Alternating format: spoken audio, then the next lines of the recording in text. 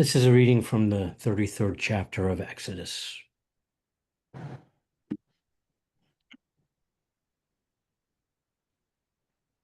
Moses said, "Show me your glory, I pray."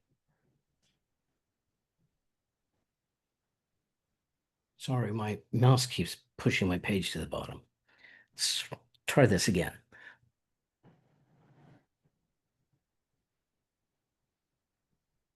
Moses said, "Show me your glory, I pray."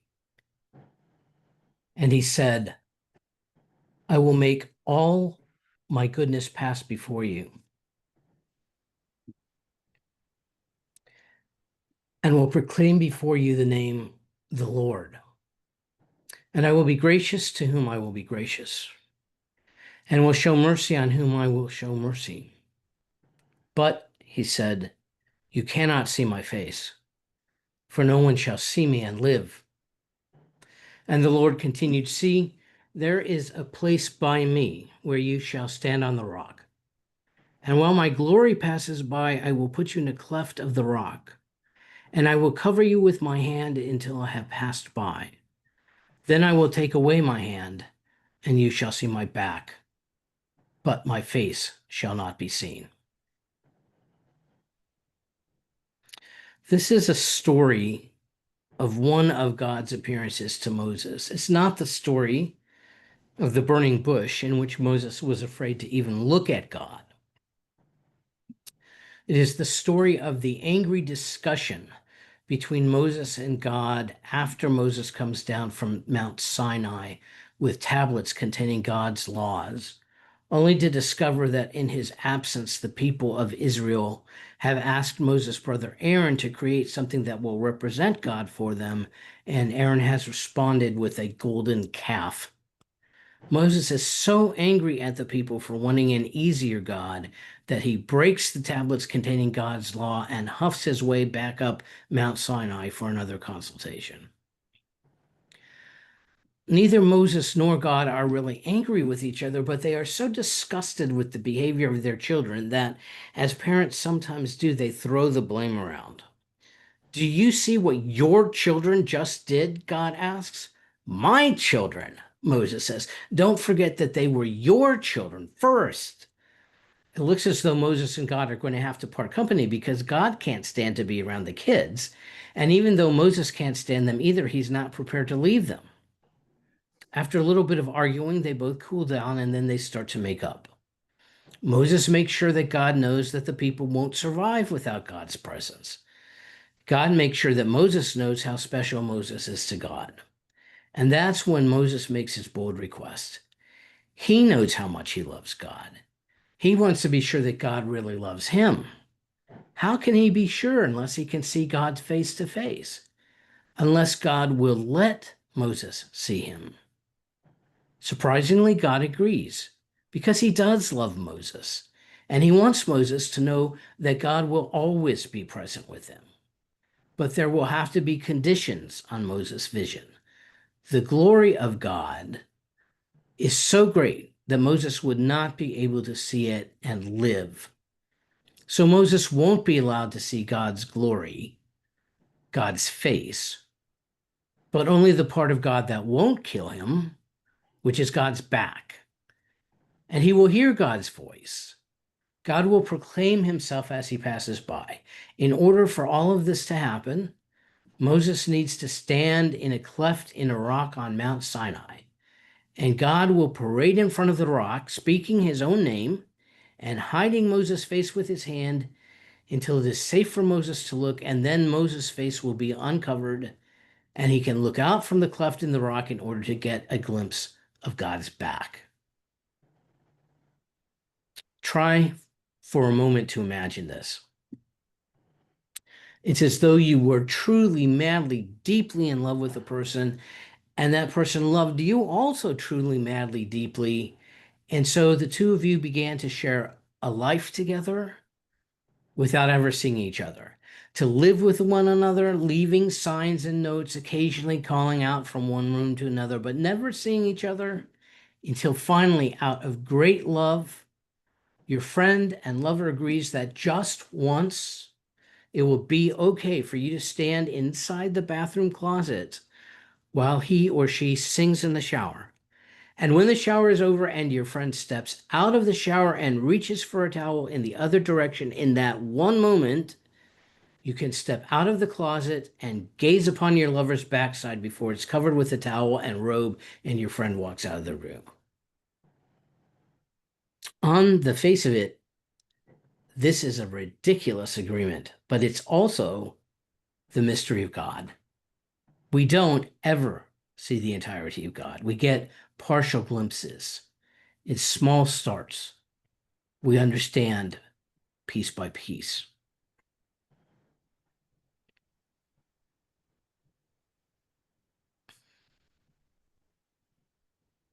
My mother was a teacher of Spanish and Portuguese. She was a native speaker of Portuguese and she learned Spanish in college. She taught them both. She sometimes took students to Spain and Portugal over the summer to learn those languages there where they were spoken. So she was a frequent witness to what happens when speakers of Spanish and Portuguese encounter each other. As languages go, the sounds of Spanish are relatively simple. Depending on who is speaking, Spanish has between 20 to 24 unique sounds or phonemes. Portuguese, on the other hand, has 40, almost twice as many. Spanish has 5 vowels. Portuguese has 14. I remember reading many years ago that an infant's window for recognizing language sounds lasts about 2 years. That's the amount of time in which the ear will recognize or try to categorize any new sound that it hears. After that time, it tends to hear sounds according to what it already has a category for. In other words, if you have learned how to recognize 5 vowels, after you're 2 years old, there are 9 vowels that you simply will not hear when you encounter a 14 vowel system. I know this from my own experience because I know that I am able to hear in Portuguese, since that was the language that my mother, grandmother, and aunt spoke when I was a little baby. But what my mother witnessed when she took students to Spain and Portugal was that because the languages are very similar, Portuguese speakers can usually understand Spanish, but Spanish speakers cannot understand Portuguese. They cannot hear all of the Portuguese sounds. My mom might be standing in a post office in Portugal as a Spanish speaker was trying to mail something. The poor Spaniard could not understand what the postal clerk was saying. Behind my mother, the Portuguese speakers who could understand exactly what the Spaniard was saying would be muttering, "What is wrong with this guy? Is he just stupid? It's so simple. How does he not understand?" And my mom knew that he didn't understand because he could not actually hear all the sounds that were being spoken.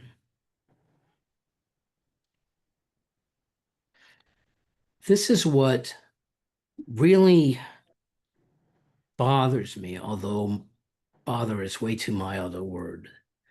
It's what really disturbs me about both the very rule-driven, authoritarian, bad theology that is taught in so many churches, or the complete lack of spiritual education that some parents opt for when they say they want their children to be able to decide for themselves about God. That both of those options,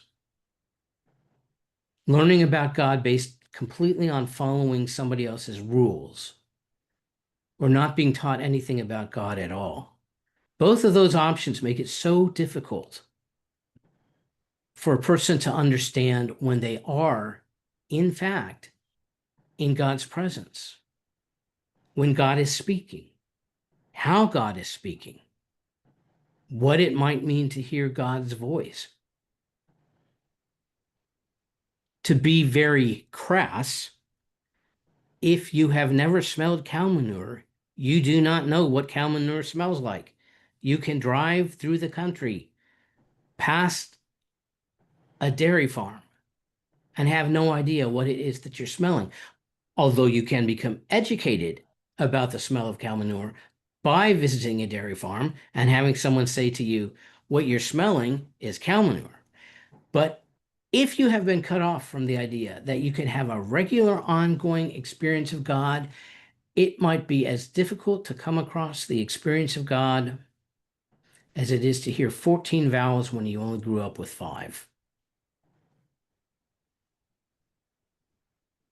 I know people, many people, who have been so damaged by the rigid forms in which God was packaged for them when they were small, that their capacity to actually have an experience of God, as opposed to a thought about God, an idea or a belief about God, their capacity to actually have an experience of God has been well nigh severed from their body. It's been amputated.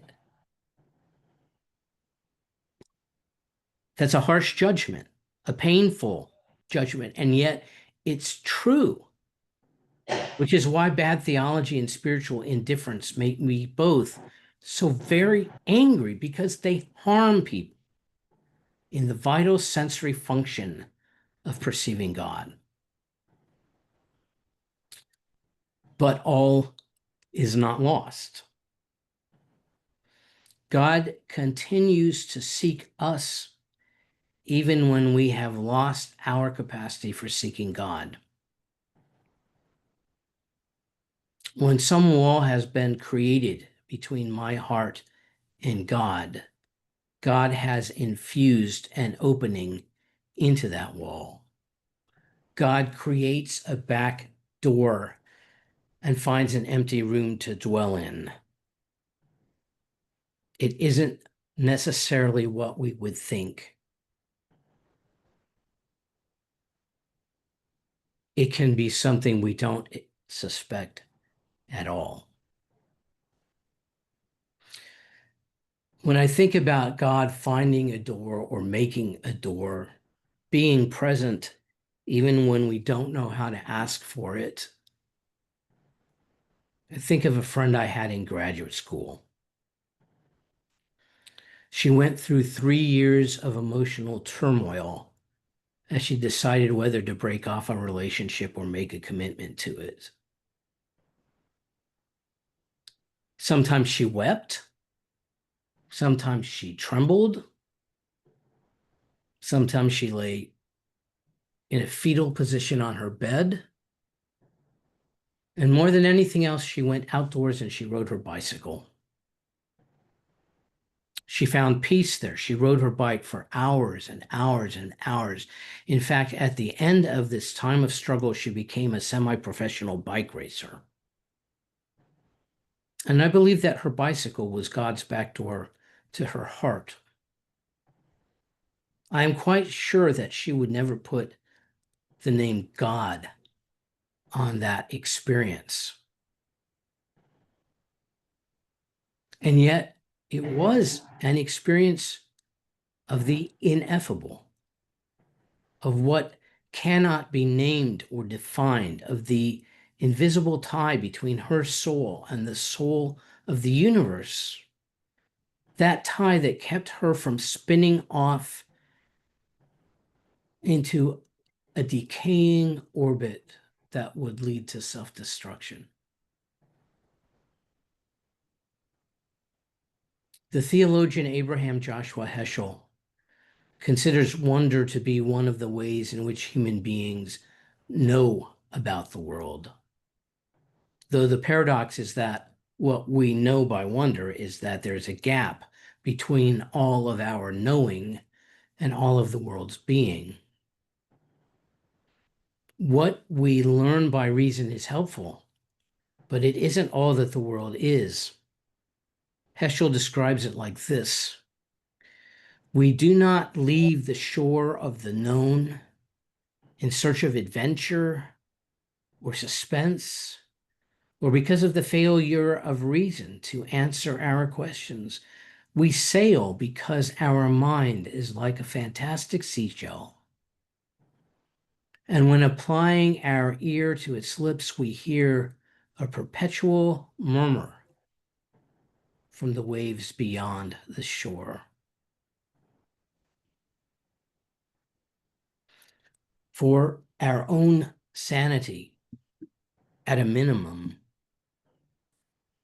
and for the increase of life's beauty, as human beings, we need to hear that perpetual murmur from the waves beyond the shore.